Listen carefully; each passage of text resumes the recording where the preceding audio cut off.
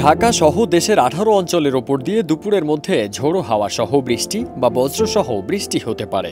আজ ৫ অক্টোবর ভোর ৫টা থেকে দুপুর ১টা পর্যন্ত দেশের অভ্যন্তরীণ নদীবন্দরের জন্য দেওয়া আবহাওয়ার পূর্বাভাসে এ তথ্য জানানো হয়। কেউ না বুঝলেও আমরা আপনার প্রয়োজন বুঝি, আর তাই তো অত্যাধুনিক ফিচার সম্বলিত বিভিন্ন সাইজ আর কালারের ২৫০টিরও বেশি ডিজাইন অপশন নিয়ে ওয়ালটন স্মার্ট ফ্রিজ বোঝে আপনার প্রয়োজন।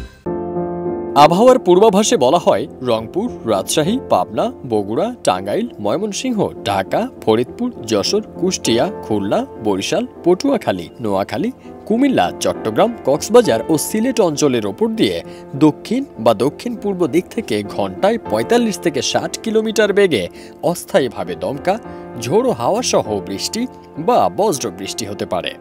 এছাড়া এসব এলাকার নদীবন্দরগুলোকে ১ নম্বর সতর্ক সংকেত দেখাতে বলা হয়েছে।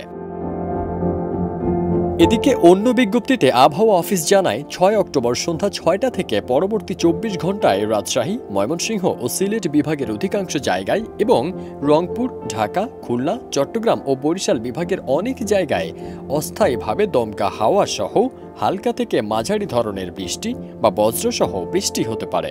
সেই সাথে দেশের কোথাও কোথাও মাঝারি ধরনের ভারী থেকে অতি ভারী বর্ষণ হতে পারে। এ সময় সারা দেশে দিন এবং রাতের তাপমাত্রা সামান্য বৃদ্ধি পেতে পারে। ফারদিন সানি, দেশ রূপান্তর।